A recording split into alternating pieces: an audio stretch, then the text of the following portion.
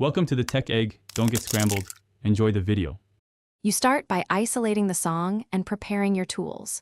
Play the clean recording through headphones so you hear pitch clearly, and make sure your piano or guitar is in standard tuning at a equals 440 Hz.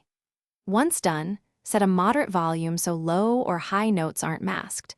This helps you detect the tonic.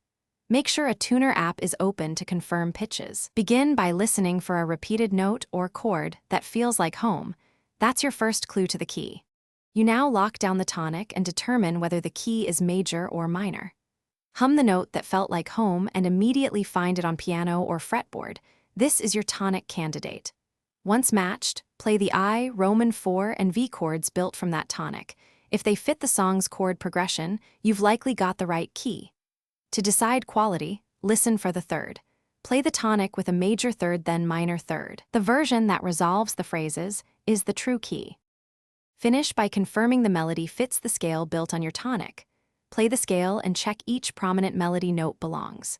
If you find accidentals or non-diatonic tones, test the relative major or minor, or consider a brief modulation. Songs often borrow chords. If pitch seems off, verify the recording's tuning.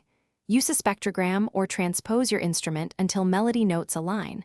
Often a half step up or down fixes it. Troubleshooting tip. When unsure, try common keys and trust the chord resolution to guide you. Thanks for watching. Consider subscribing if I helped unscramble your problems.